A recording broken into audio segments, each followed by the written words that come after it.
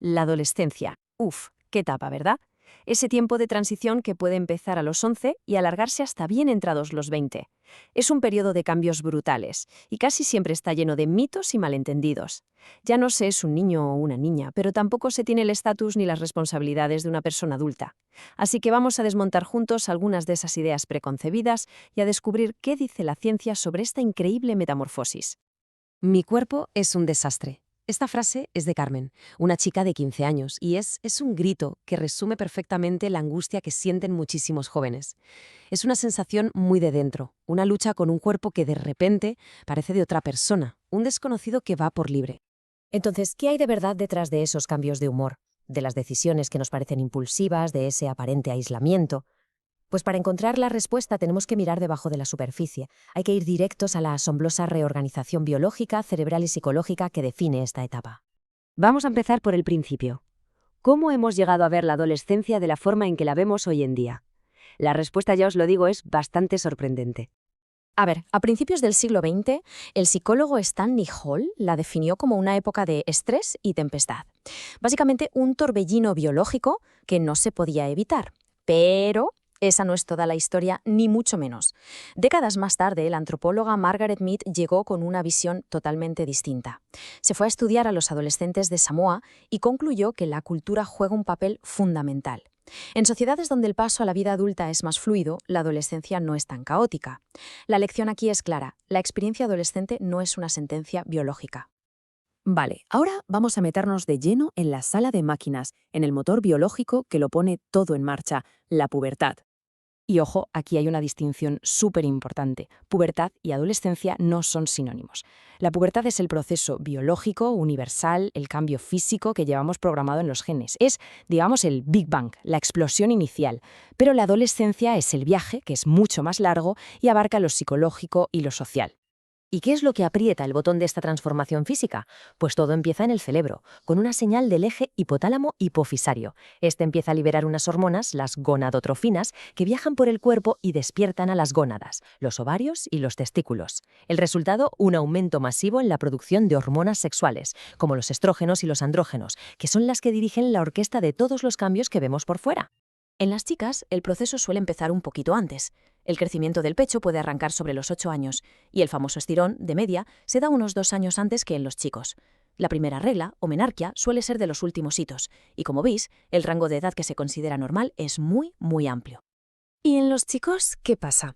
Pues el primer signo suele ser el crecimiento de los testículos, allá por los 10 años. El estirón, sin embargo, llega a su pico más tarde, sobre los 13 o 14. Lo que es crucial entender de todo esto es la enorme variabilidad que hay. Estar adelantado o retrasado es, en la inmensa mayoría de los casos, algo completamente normal. Venga, ahora pasamos del cuerpo al cerebro, porque durante la adolescencia este órgano vital está, y esto es literal, en plenas obras de remodelación. Muchas veces se habla del cerebro adolescente como si fuera impulsivo o que funciona mal. Pues nada más lejos de la realidad. No está roto, está mejorando su infraestructura. Hay dos procesos clave en marcha. Uno es la poda sináptica, que es como hacer una limpieza a fondo y eliminar conexiones neuronales que no se usan. Y el otro es la mielinización, que básicamente recubre las conexiones importantes con una capa aislante para que la información viaje muchísimo más rápido.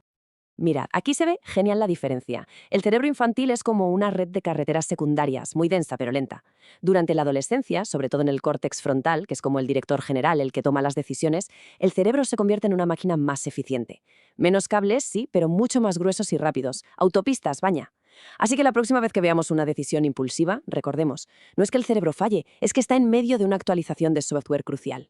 Con todos estos cambios por dentro, ¿cómo se siente habitar un cuerpo que cambia a una velocidad de vértigo? Vamos a ver. La experiencia de Rosa, con solo 12 años, lo ilustra a la perfección. Esta transformación física tan rápida genera una autoconciencia brutal y muchísima preocupación por la imagen corporal.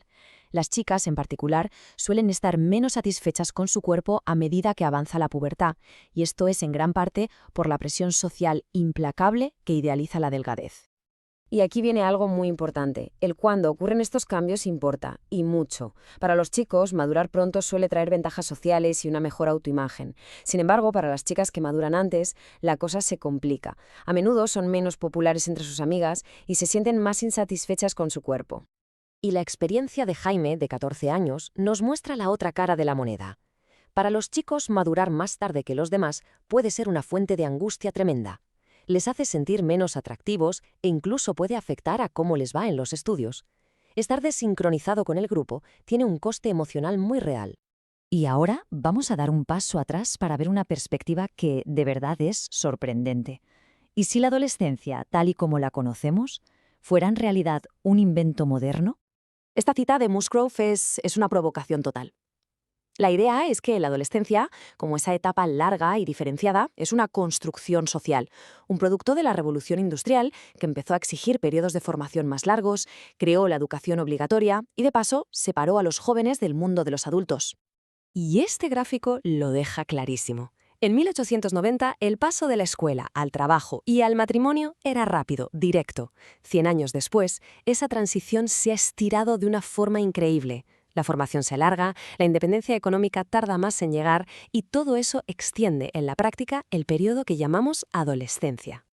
Sabiendo todo esto, la gran pregunta es, vale, ¿y cómo podemos acompañar mejor a los jóvenes en esta travesía que, como vemos, es cada vez más larga? Pues parece que la clave está en la información y la empatía. Es vital dar datos claros sobre la pubertad y hacerlo desde primaria.